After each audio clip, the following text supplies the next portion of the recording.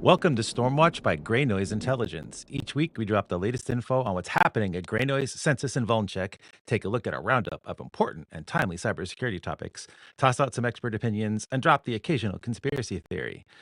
Today, we're going to start with a really quick update on the noise storms that we discussed a few episodes back. Then we're going to turn our attention to the recent printer daemon vulnerability in our CUP segment to discuss the implications of this really daft, uncoordinated disclosure and also difficult to tag vulnerability. Next, we're going to explore the surprising news about Kaspersky antivirus software deleting itself and installing Ultra AV and other bits of code without warnings. And we're going to take a check-in on the latest publications from Censys, Vulnercheck, and Grey Noise. And if there's enough time, we're going to opine on what was up with the CISA Kev DOS the other week and a couple of things other related to Kev as well. And I'm just going to set the mood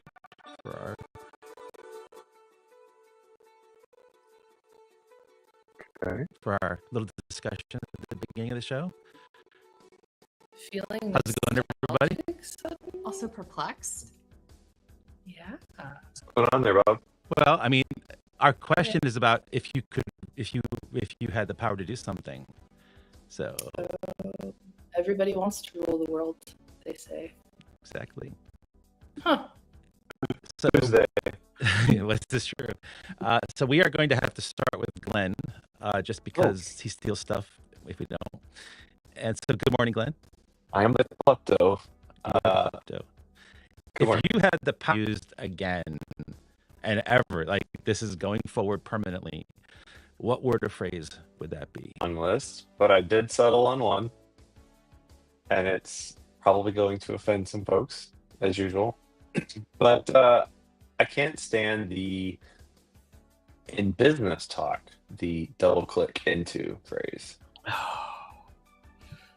I feel there's a lot of words I'd like to get rid of in general life, but for some reason, double click just. Let's double click into that, Glenn. Where do you think that comes from? It just feels gross. I don't know why. So that means I can use double tap, right? You can try. That's my final answer, Bob. But I do think that is a very good candidate for never being used again on this planet. I don't even know. Like it certainly skyrocketed like early COVID years. I think it's waning a bit, but it sneaks in every once in a while. I'm gonna remember that one. I'm gonna weaponize that one. No. Yes. All right. We'll take notes then. I didn't actually think ahead that this could actually be used offensively for all of us moving forward. This is not good. Okay, because mine's especially not good then. So that's right. I'm going to turn to Kimber. Kimber, thank you. First of all, you were like we asked you last minute to come on because Himija is not feeling well. I really appreciate you taking the time to do this today. Yeah, we're hoping that Himija hits the rally soon. She is unwell. It sounded not great yesterday, and it sounds even lesser great today. So I hope Himija get better. I know you're listening to it, so please get better. Kimber, I don't know. Cold med Himija might be fun. Ooh. Wait.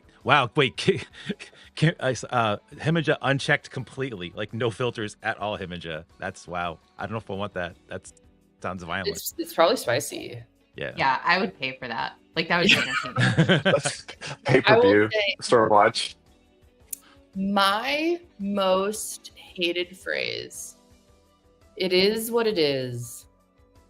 Oh. I don't like it. Okay. I just don't like it.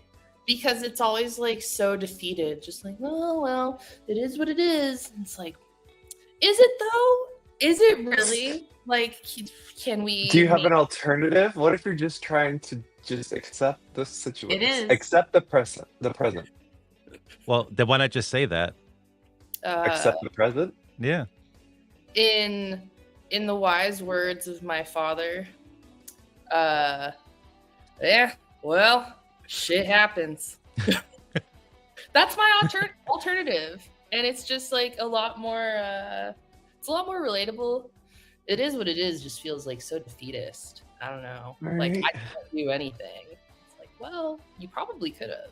Maybe. You mean it's a little victim-y? Or a little victim, okay. Oh. Cool. I can't wait for this. All right, Emily, I need to hear this. What is your banned phrase or word? So you already know how I feel about thrunting. Like, Mhm. absolutely not. But for like some new contenders to this catalog, any permutation of phishing that is like a portmanteau of the method by which you are phishing Oh, it's like someone. like vishing and Yes. Oh, smishing. Uh-huh. smishing Phishing. like gives me the creep. Why? Why? Just use the why? Don't. So itching. You just don't like itching.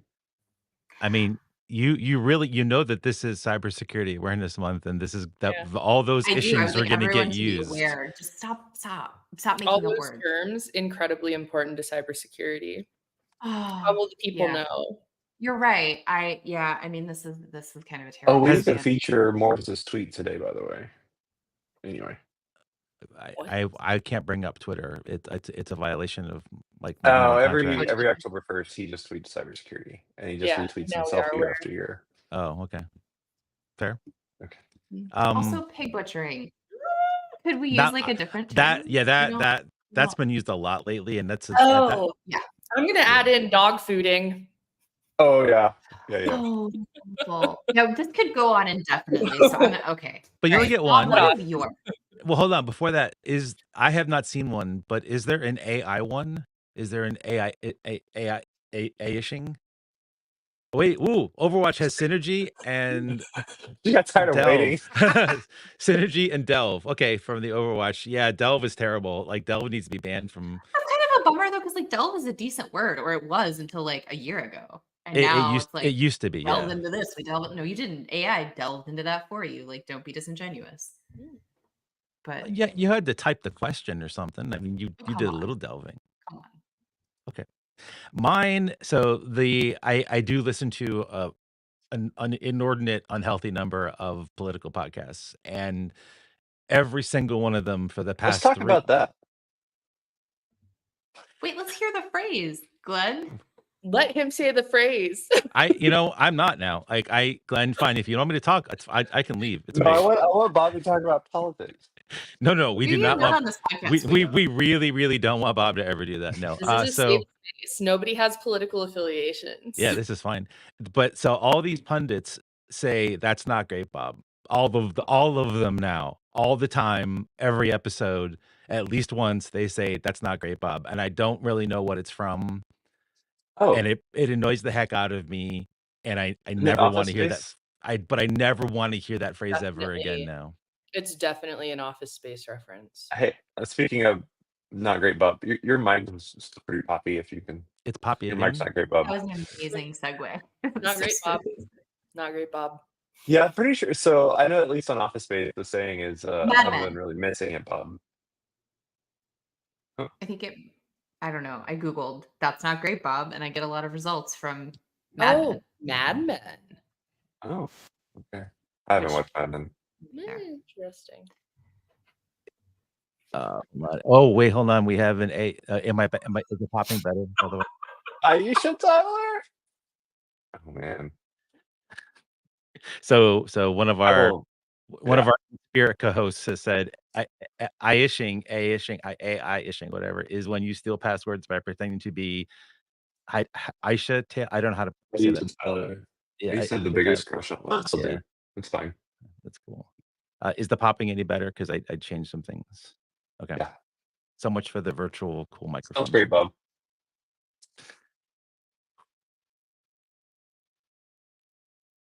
This is going to be a spicy show, I feel like. Moving right along, in case you weren't aware, we do have a podcast. We are on literally all the platforms, and it would be very helpful if you did like and subscribe and left a review, even if it's a 1-star one. It does get us attention, regardless of how nice or kind or unkind you are to us, and it would be great if you could actually do that. And we are going to kick things off today by just doing a shout out to friend of the pod, David Schuetz, Darth Null, for the folks that do stuff on social medias. David got bit by the bug with our Noise Storm podcast and data and all the stuff from the other week, and it's a really nice write up that like it was. We really appreciate him taking the time to do this. Kimber, there's part of the write up though that you dug into a little bit, so could you talk to us a little bit about that? Yeah, So I guess I'll start out by saying, like, ideally, this is the kind of like scientific rigor that a group researching widespread traffic like this would have done. Is like, what if you look at the packets, like what can you delve into to see like the actual patterns, and can you attribute those patterns to something, right?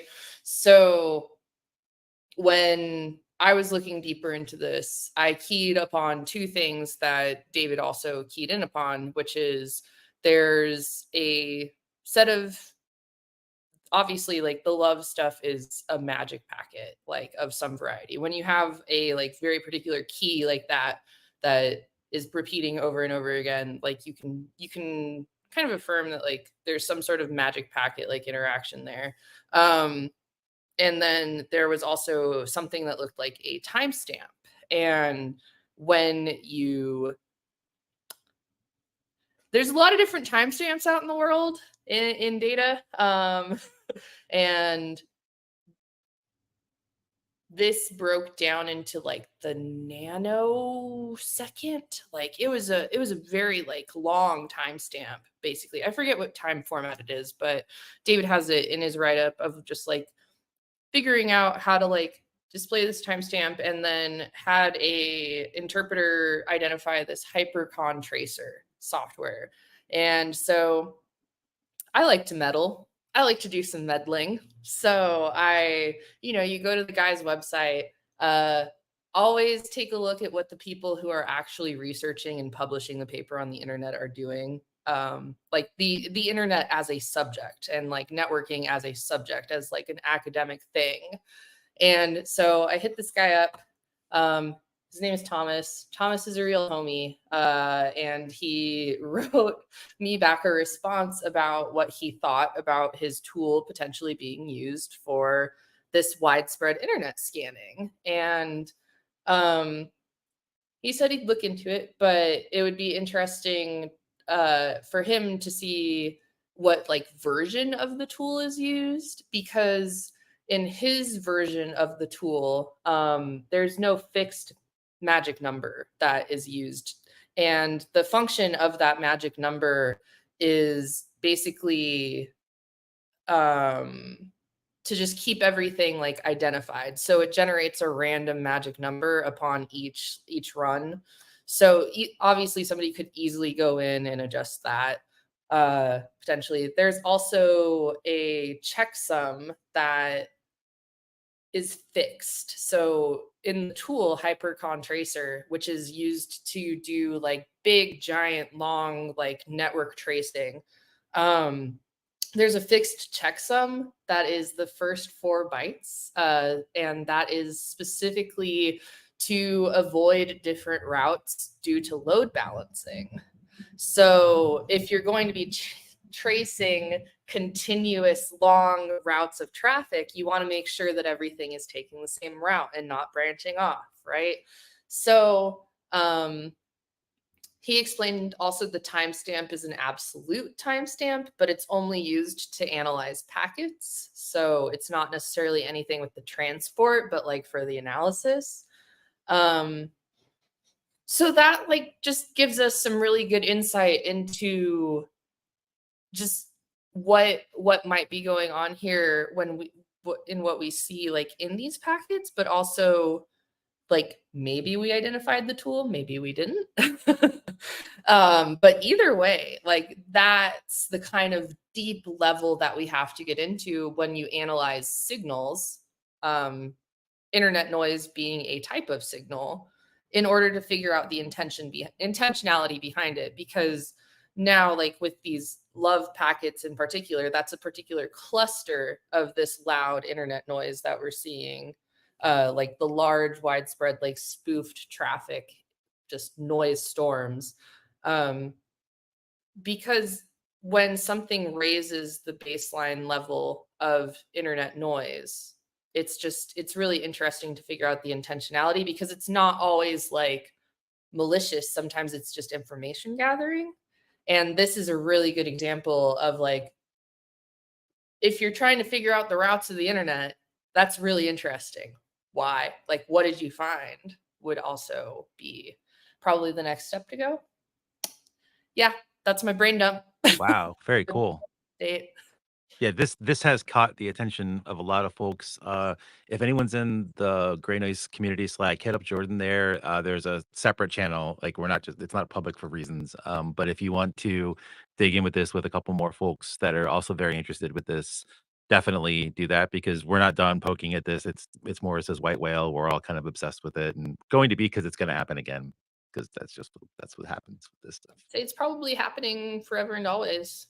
I don't think it started in 2020. I mean, I think it's probably not. Yeah, it's just that like we weren't watching before that, so. Yeah, nobody's crazy enough to be logging all this traffic except for Gray Noise. So I was gonna say it's costing us a lot of money. Yeah, a little bit. We're also taxing some of our metadata providers' APIs a little bit too, but that's a whole other story. We're gonna Yeah. so speaking of yeah. Before you move on, just massive shout out to David for writing such a good like walkthrough of how he broke apart that data. Yeah, actually, just to double click into that a little bit. Sorry, Glenn.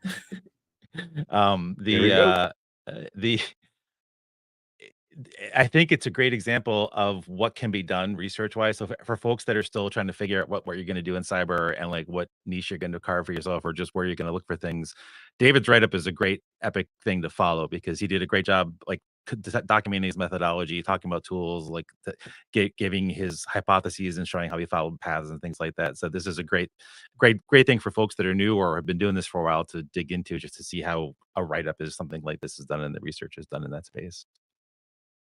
We're speaking of packets that we may not want to receive. The there was last week was weird in a lot of ways, and on the internet it was really weird because there was a lot of drama regarding a particular problem in the cups daemon, which apparently is used everywhere still and also hanging off the internet, which is mind-boggling as well. And we've got a link for one of Censys's blogs and another one of Censys's blogs because they did a phenomenal job digging into cups on the internet. They always, like, you guys always inventory this as well too. And I'd like to start with asking Emily to give us a little bit of a breakdown about like what you dug into, what you found, and then I'd like Glenn to talk a bit about why we're not tagging it, what we're seeing, et cetera. And the rest of us from the peanut gallery can join in if we have anything useful to say. Yeah, so full disclosure, I did not look super deeply into this. Himaja did, and I was hoping she would be here to talk about it. So I will just give that as a caveat before I kind of launch into this. Is that what made her sick? I honestly, probably, because this was so weird and dumb. We do this all the time. Where stuff. It's always so dumb. It's so dumb, and we do this. Well, I'll save the commentary for later. But okay, so last week, a researcher on Twitter started talking about, it was like kind of prepping people for this vulnerability that they were going to have disclosed. Long story short, there's a set of vulnerabilities. There's 4 in cups, which is the common Unix printing service. It's everywhere. All your like cue all the Linux printing jokes and all of that. But there was one in particular that like kind of caught people's attention because it was like theorized that it was going to be a CVSS 9.9. And so everyone was kind of losing their minds. It was like this supposedly an unauth RCE, like everything just sounded really, really bad, as these things often do before there's like full disclosure. And then when it actually came out, it turns out this particular vulnerability ended up getting a score, I think, of 8.3. So GitHub said, "Hey, this is like an 8.3. Like, let's walk this back a little bit." But yeah, it's a printing vulnerability. There's 4 of them. There was a lot of discussion around like how widespread this was or how widespread it wasn't. And I want to kind of touch on, for us, like we see all these reports of like conflicting numbers around like how many services might be out there and might be affected. And there's a researcher who actually set up his own like callback server to count the services that actually do call back to this printing service, or call out to his malicious server. And that's probably a better representation of like how many of these might actually be vulnerable. Like we've counted what we can see. Bob's got this up on the screen. Like as of I think this was late last week. we saw around 60,000 CUPS IPP services online. And then there were just over 7,000 that had some potential indication that they might be affected by those CVEs. So they're running versions 2.0.1. And I will also point out here, right, there was a lot of discussion around TCP and UDP with this because like CUPS is primarily like a UDP thing. We're looking at this over TCP. Because it's like you can't get a response back. Like there's all of these reasons that we go into the blog. But I think kind of the big thing, I've done a terrible job explaining this, but I think that the thing that I want to take away from this or want to leave folks with is like, this was really built up and there was a lot of like, kind of preamble and lead into this before it was actually disclosed. And it turned out that like, it's actually probably not that bad for a number of reasons. And I think this is something we see sort of time and time again in the community where there are these, oh man, this is going to be the vulnerability that breaks the internet this year. Like this is going to be the thing. It's really bad. Oh no. And then come to find out, like you have to have 17 other conditions met and it has to be like the third Tuesday of the month before you can actually exploit it. And so I think that's kind of what we're dealing with here. But I would say, please go read the blogs. Himanja did an excellent job digging into this and like would highly encourage you to go and read those to get all of that context. Yeah, it was to your last point there first, Emily, like every time we do this as an industry and do these like punted or not punted, but like fumbled disclosures and teasers that just put everyone on edge, like it's expensive. And I don't just mean like in cost as far as like actual dollars and prep and all that, but it's also a diversion from folks trying to prioritize other things in their field because now there's a distraction because there's a teaser of a 9.9 that comes out. And so there's opportunity cost as well as real cost, and also just our mental cost as everyone's trying to figure out like, okay, where is everything, whatever. So there's certainly there's no right way, like universally right way to say this is how to do a disclosure where like things get patched and people get enough time to prepare without, creating hype. Like there's no magic formula to doing this, but we do know what doesn't work, and it's basically doing what happened last week by like, hey, 9.9, everyone, oh my god. And then turns out like, it was UDP. You have to be, typically that's not exposed, although as demonstrated, it does get exposed, but typically you would hope that it's not. You have to trick the user into adding this malicious print server essentially, or printer, and then you have to have the user print to it. So like there's a lot of steps. So it's almost feels like a printer phishing attack where you have to kind of like get the user to interact. I dare you. Combine the words, Glad. I was trying to get there. So it's a prishing attack. Is that what you're saying? Thank you. The user interaction piece of this is kind of interesting. Like, yeah. Like what? Like you have to send a print job and you have to select the printer. And to be fair though, I think it's it's a good find. It's a really clever attack. It would be very useful, to the right adversary or whatever. But so I think the find is actually really cool. Just not everything that like the lure around this disclosure is not good. But before I ask you to talk a bit more about our view of this and why we don't have a tag, did anyone hit up the GitHub repo where the researcher, I'm going to call it, like was literally attacking the poor developer? Like it was probably one of the worst examples of discourse in GitHub that I've seen in quite a while. And I don't like, no one should really go there because we don't need to hype that anymore. But if you're a researcher, don't be that way with software developers, especially open source ones that are just trying to do their best to make sure things are working for folks. It wasn't great. And it also turns out that the being mean wasn't even warranted given how kind of pathetic this whole thing is. Yeah. One of the most interesting parts to me was that people were calling this a callback to the big Weave attack on printers. That I forget Weave's real name, Andrew something. But that was a pretty like pivotal moment in in printer security. It was or the PewDiePie printer attacks also have the attacks, quote unquote. Of just like pointing out that like universities and like random places have their printers like exposed to the internet. And Libraries. Yeah. so like all these printers all across the world just got these in the Weave case it was like offensive racist stuff, but like in the PewDiePie stuff it was like subscribe to PewDiePie. So I think that's what people were expecting with this, of just like those older attacks, but it ended up just.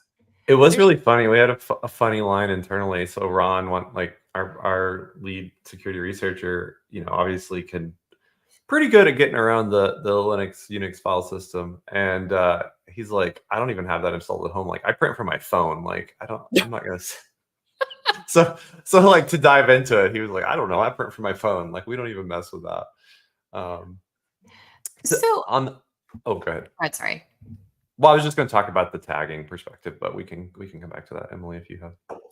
No, I don't know if this is the right time to talk about this, but like I'm actually kind of curious about this from like a sort of a larger, maybe like philosophical perspective of like this kind of thing seems to keep happening. Like I think we can all think of vulns that have been disclosed in the last year that have kind of gone through this sort of hype cycle, and then everyone kind of is like, oh, well, that wasn't what we thought it was going to be, which is maybe good because okay, it's not as bad, but also like all of the work and kind of mental anguish leading up to it, which we kind of talked about. Like, how do we discourage this in the future? Like, is this a clout chasing thing? How do we reward the right like disclosure process that's less hype? Like, what do we do? Like, is this broken? I have a spicy take on this. Oh, I want to hear it. My spicy take is that real hacking is dead. Everything is bug bounties and like your contracted pen tester or like just pumping exploits out for the sake of pumping exploits out. So there's like this community that wants real hacking to come back, and like real hacking in the sense of like the clout chasing is probably the most in line. And like I think that's kind of where this culture comes from, is like you're not a threat actor because you're not doing this for the sake of money. Like you're just doing it for the flex or doing it for the fun of it. Like you're not state affiliated or anything. You're just like some person hanging out. That's fascinating. So the commercialization of exploit development has killed the more widespread just for fun, for cool, for clout hacking. That's wow. That's not great.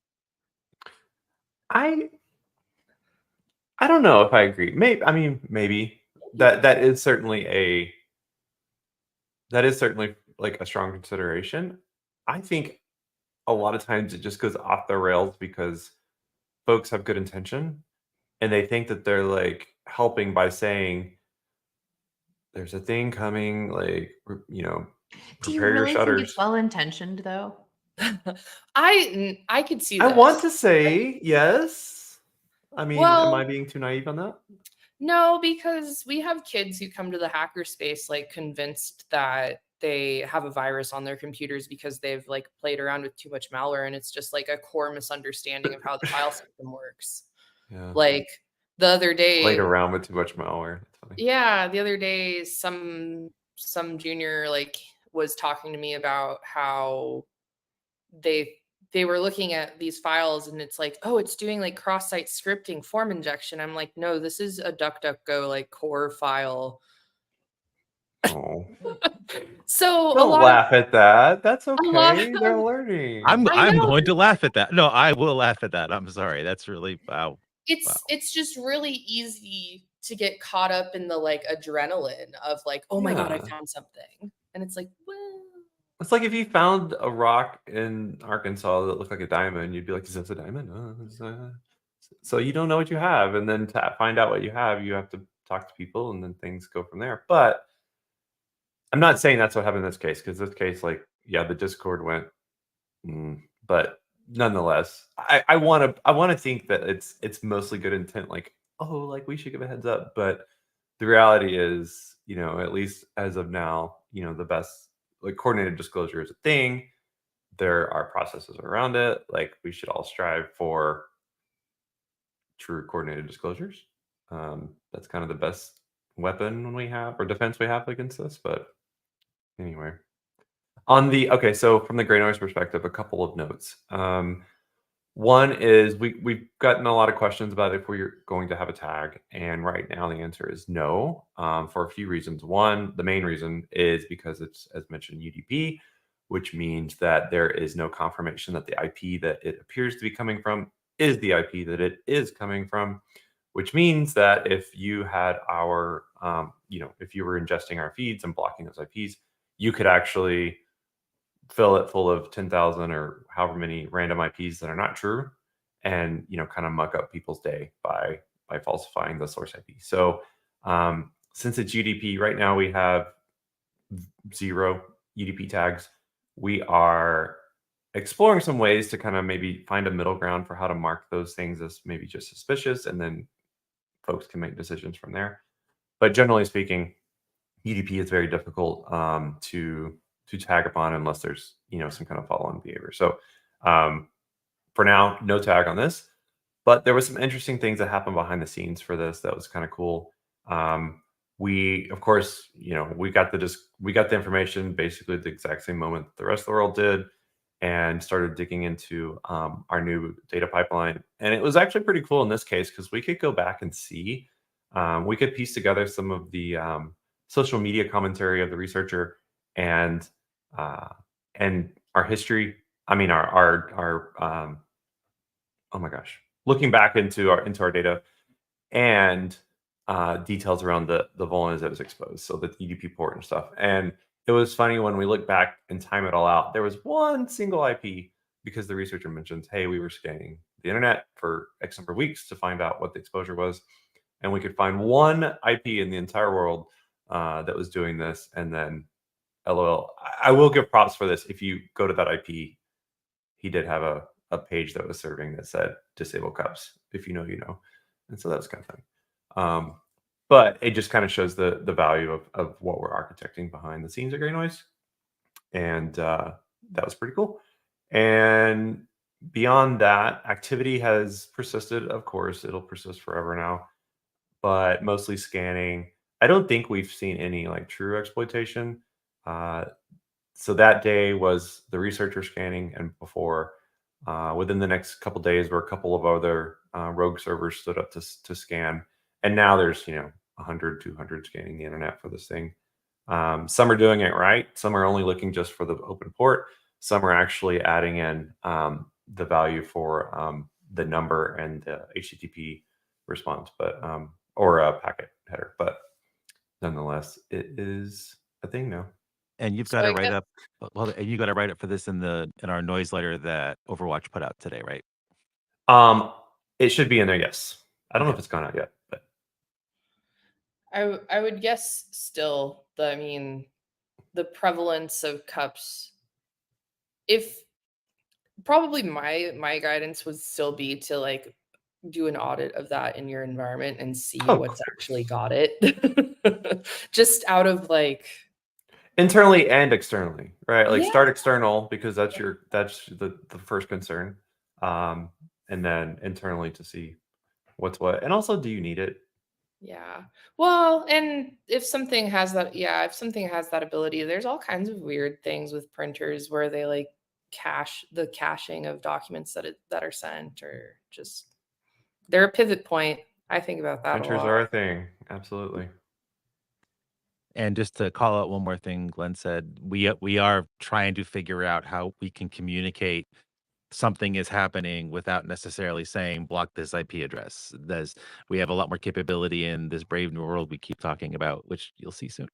And we are desperately trying to figure out what's going to make sense for the most folks, so you can know this is happening, at least have some semblance of that is, and you can answer questions that folks may be asking you, those things. But yeah, UDP is a real hard thing for us to tag with any sort of you should block this. Although I guess in this case, don't put your printers on the internet, like they just got done saying. Yeah, another mitigation is, update. If you have to have it, update cups as those patches come out. It'll be based on your distro, of course. And then obviously restrict that port if nothing else. So this may not be a really long segment, but Oh man, I don't know. yeah, yeah. Well, it may or may not be. Enough stuff has been going on in the world, and even just in the different regions that we all may be like focused now, especially with the poor folks in North Carolina. This may have gone under people's radars, but the TLDR is like the U.S. government has said Kaspersky is verboten in the U.S., so it's getting off of everything. And magically, the other day, Kaspersky just decided, without telling any of their existing customers or anyone that had it installed, yeah, we're just going to take what was on your system and swap it out for something called Ultra AV, which I don't know about you folks, I had not heard of before this particular incident. And just want to let everyone know it's real quality software. PC Magazine, in their review and testing, gave it a whole 3 out of 5 stars. So this is some really good stuff that they've been subbing it for. And it wasn't just the antivirus software that they subbed. They installed a VPN on a lot of folks' endpoints as well too, that they didn't ask for. So I just kind of wanted to open this up to everybody, including some of our virtual co-hosts in the chat. Like, what's up with this? Are you worried if you had Kaspersky? I mean, if you had Kaspersky, you probably should be worried for lots of other reasons. But like, what is up with this? This is frightening. So I will say the only asterisk here is that Kaspersky did tell people that this was happening in early September.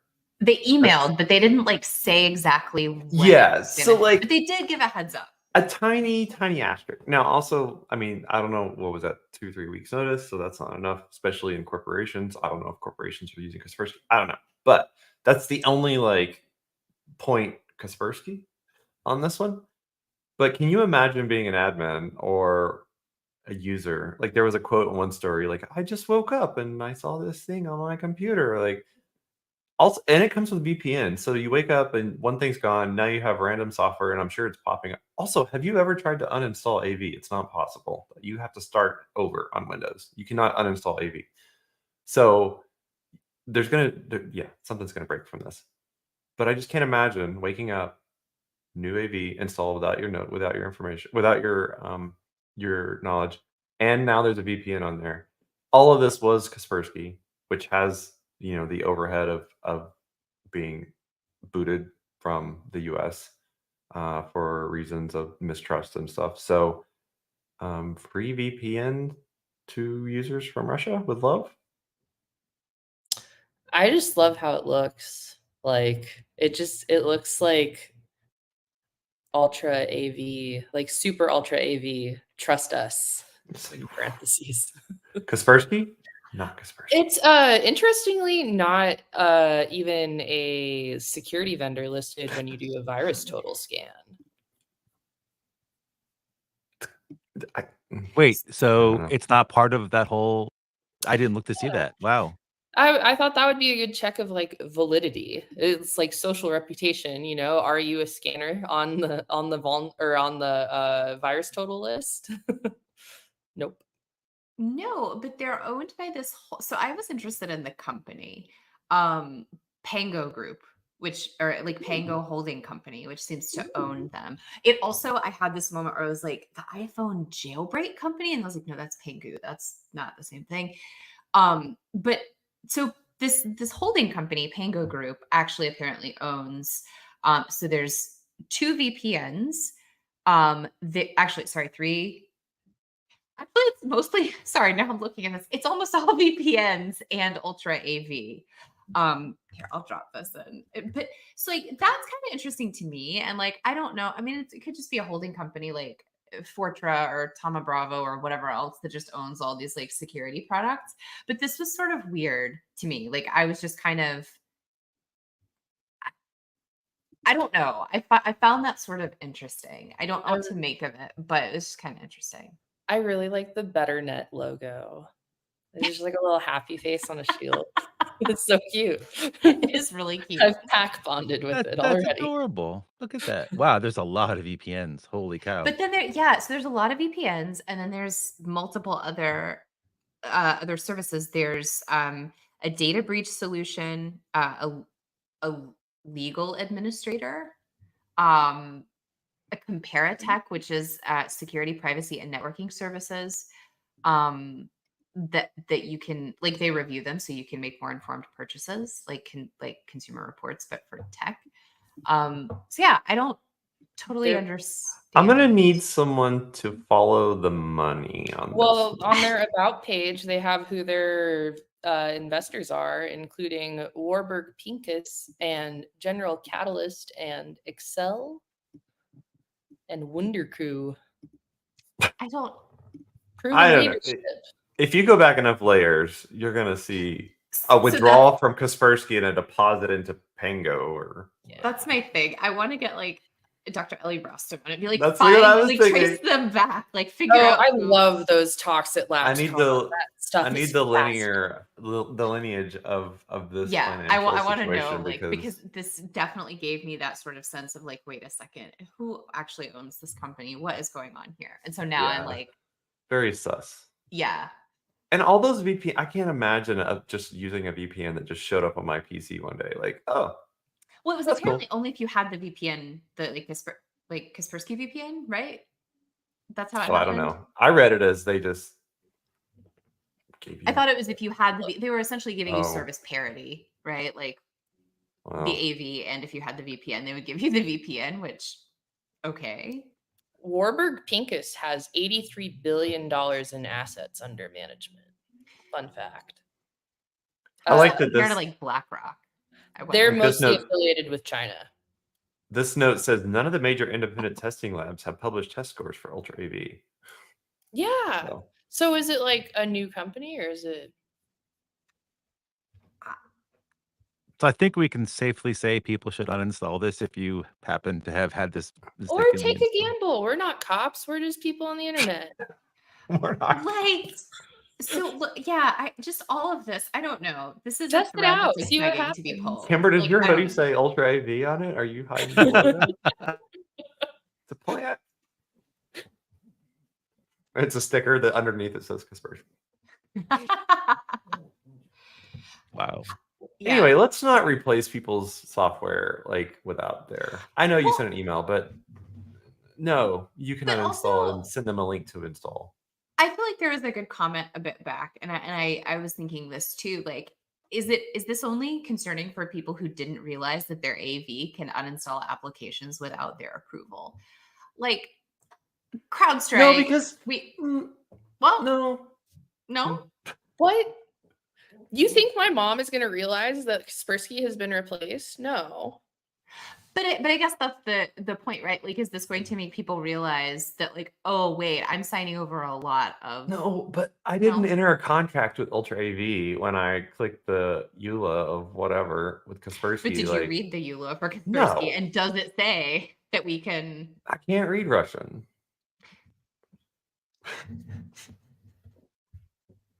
Well, maybe you should start. Speaking of Russians, look at that amazing transitions. So we did not get to cover this last week, and I just wanted to make a shout out to the two of the Stormwatch co-hosts who did an epic talk at LabsCon, and Emily did an amazing blog, and then Glenn copied it because that's what Glenn does. No, it was that's not true. It's definitely vice versa. The other Emily, stop covering up for Glenn. We know. No, I'm not covering. I would throw him under the bus in a heartbeat. Actually, Emily and I work together on the blog, to be honest. So can one or both of you give a really quick, succinct exposition of this? That was 2 weeks ago. You know how much we've moved on from this? Bob, 2 weeks ago was years. It was years away. I assumed Glenn had something because we're doing a retro on it tomorrow. So I just sort of assumed he had some idea what was going on. So. Okay. Emily, I don't know if you want to speak or I'll just talk about it. Go for it. She's over it. So the talk was 2 portions. The first portion was, well, not what Bob is showing. I don't know what Bob is showing. No, you're muted. Bob is also You're doing muted. great. Not great, Bob. The talk was two-sided. One, Censys, Emily with Censys and representing Censys's research into ICS exposure, what's real, what's not real, why they need to be counted differently. And then the gray noise side picks up when we talk about like what actually happened. If we're not even counting these things properly, what else are we doing not properly when we talk about ICS exposure and threat landscape? So I know people are tired of hearing about the new thing, but you'll see it soon. But using the new thing in gray noise, we set up these hyper-realistic emulations of HMIs, the human machine interfaces for industrial control systems. And we did it well, we did it right. We put them on the same networks. Like, I don't want to give away too much because we're going to continue the research. But we put them right where they needed to be to blend in and basically monitored to see what was happening to them. And we only did, it was a short experiment, 45 days to kind of determine if we want to continue this or not, which we are. And the TLDR of it is based on when we compare it to controls or normal gray noise sensors. There was interest in these emulated HMIs much faster, much faster than our control sensors.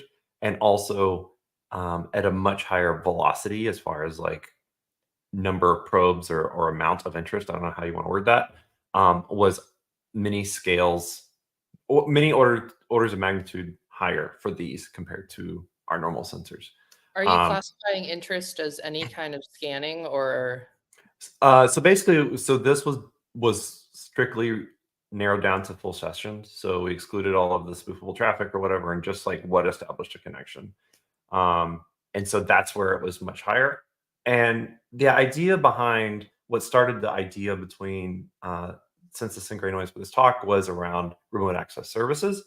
And that kind of played out to be true, meaning those that were interested, I don't want to say attackers, because like that's putting some intent or assumptions that we don't really have yet. But the folks that were interested in these like swarmed onto the remote access service ports, especially VNC 5900. And again, at an order, like many orders of magnitude higher than quote normal for the internet. So that's kind of where we kind of left off with the data, is really just proving that there is a massive increase, or there's a massive amount of interest in the remote access services for these devices, seemingly much more than the actual ICS communication protocols themselves. And so that's where we want to expand going forward, is looking into like, okay, what happens next, or how does that compare with the true ICS protocols? So given a device that looks like ICS stuff, if it has VNC or RDP or some sort of SSH, yeah. Okay. It's not necessarily the ICS protocol that's being looked at. It's the remote access part. That's really interesting. Which, if you think about it, which also Emily did have some, we're not the first to kind of go down this road. There's some previous research that that our research seems to support. So that's awesome.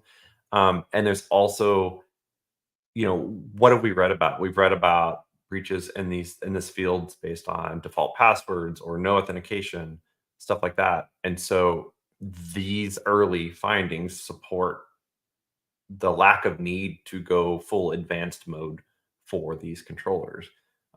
Why is that? I don't know. That's what we're going to dig into. Is it because of where they are on the network and it's just kind of tucked away and people aren't looking at it?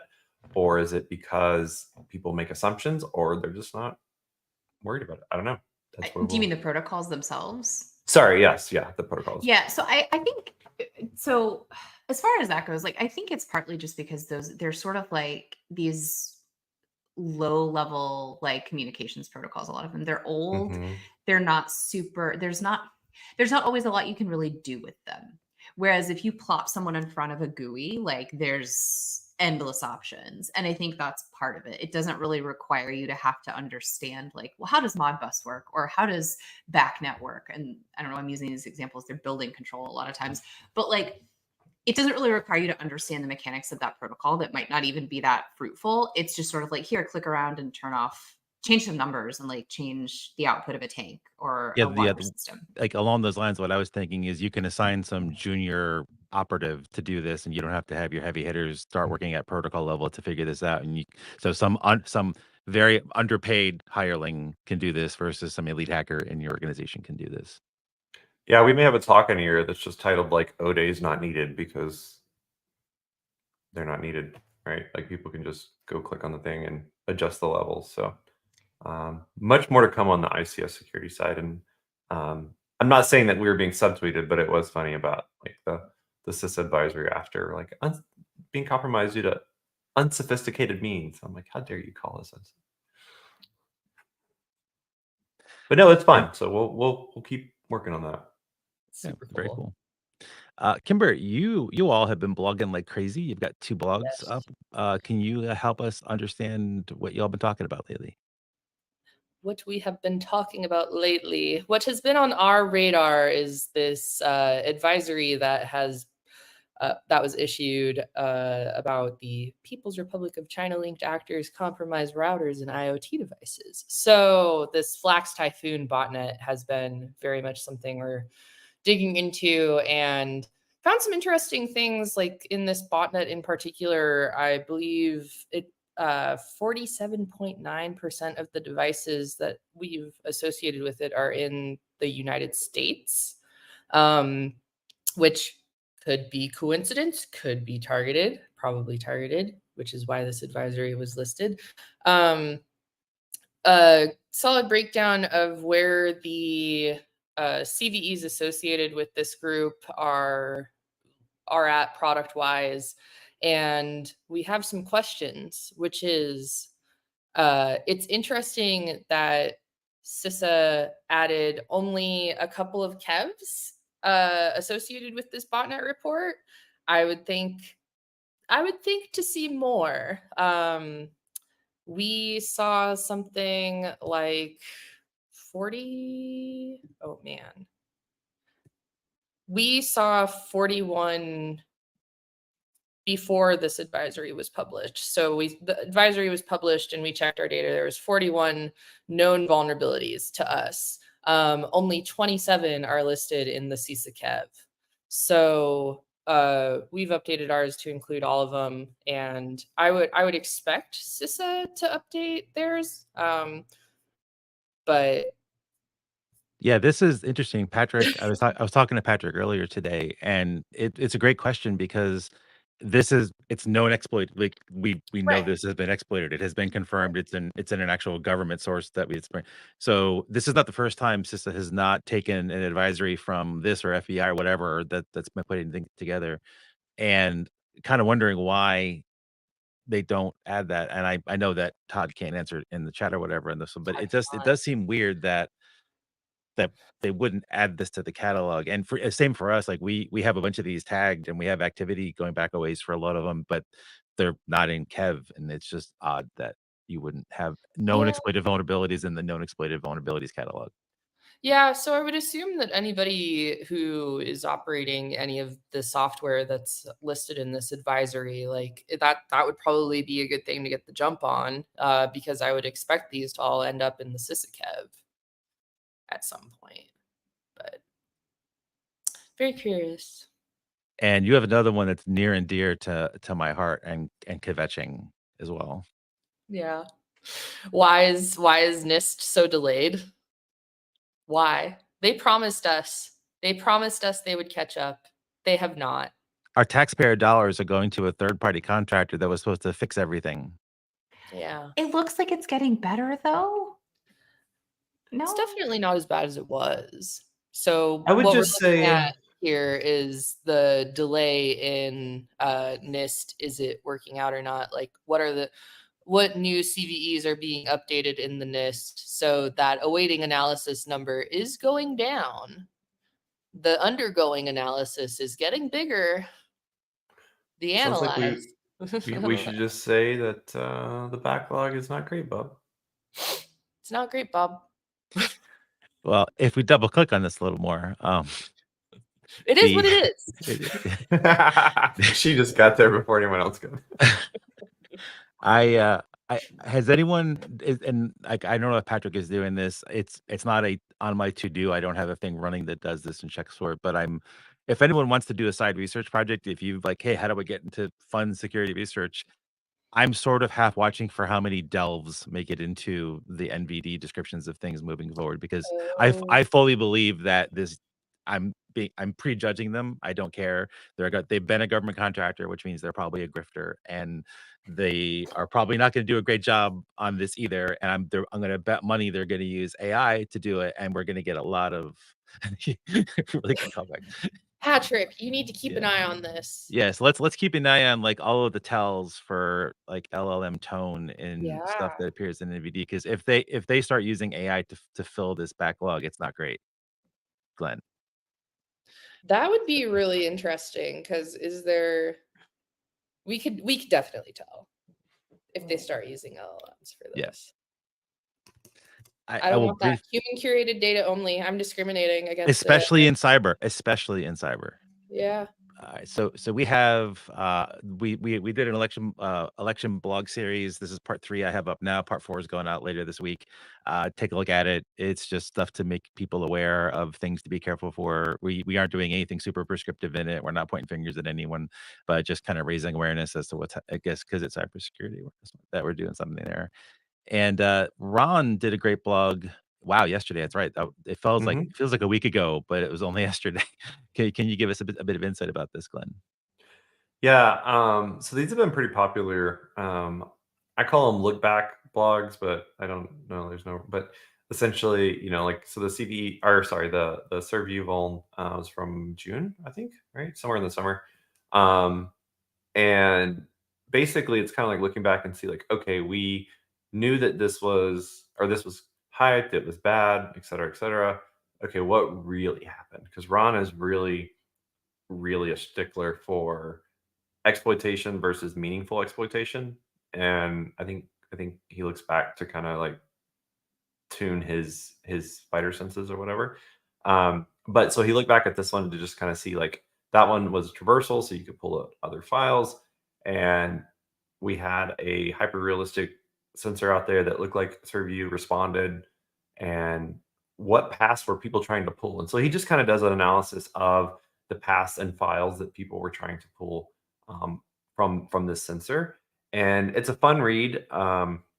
It's a funny read. You can tell that Ron's been working on his improv, so he's working that into there too. So like the reads are pretty entertaining as well. But it's not like it's not a breaking news vuln. It's just like, okay, so what really happened to this? And again, it's a way for all of us to kind of learn from previous vulns, types of vulns, and see where we can, get a better feel going forward as far as when things are a BFD or not. So it's a good read. Fun. What is Surview? Surview? File transfer product. Yeah, secure file. Okay. I didn't know if you were being funny or not, Kimber. That's why. Is there such a thing as? Because it's really old. It's no, it's a really old thing, but it's still a thing. I don't know. I think Wormhole is the only secure transfer protocol now. So magic Wormhole. So we are not going to kvetch about. We're not going to take any time to kvetch about Kev and the Kev DOS from the other week, and also the really ridiculously old vulns that keep appearing in Kev. And the stuff that doesn't appear in Kev because we already kvetched. And so before we send everybody away, any final thoughts from anybody? Be aware of the month of cybersecurity. Just be aware. Just think about it. Just contemplate. Contemplate cybersecurity. As the oldest one of the group, I sort of feel compelled to apologize on behalf of the entire industry for what we've done to you this month and will do to you this month. Also, not great, Bob. Not great. Like, don't go crazy with the Wait, simulated did you phishing just stuff. admit that Like, Cybersecurity Month is for the boomers? I think so. Oh, how do you The, make something not a month anymore? Like, how do you unmonth how something? do you unmonth? the one thing I will, since this is not a political podcast, but I will let folks do their own research Oh, on which president codified this into an actual official month. let's let that hang in the air for next week. We are. I'm not gonna say. I'd like you to do your own research to see who is, and maybe use that as for decision making in the next 40 days or so. Just saying. Wait, is it recent? That's interesting. I assume this was done. No, there wasn't, like, 20 again, years ago. shout out to Patrick for making me aware of this as well. This is great. Aware. Interesting. See, you're aware.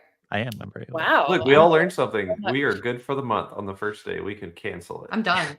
Brain turning off. And for every future podcast, actually, I do need to find out what Himage's band phrase is, so we can torture her like we're gonna be torturing each other for the remaining episodes we do. I don't think she's gonna tell us now. I think she knows better. Probably. Yeah. She's a smart Cybersecurity one. awareness. Be aware of how people are threatening your mind. Well, folks, that's all the bits and bytes we've got for this episode. Remember, in the world of cybersecurity, we're all just trying to stay one step ahead of the hackers. Or, as we are wont to say, keep calm and carry ROM. Until the next time, keep your firewalls high, your exploits low. This is the Grey Knight Stormwatch crew signing off.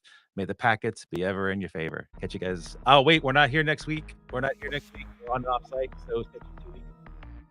Bye.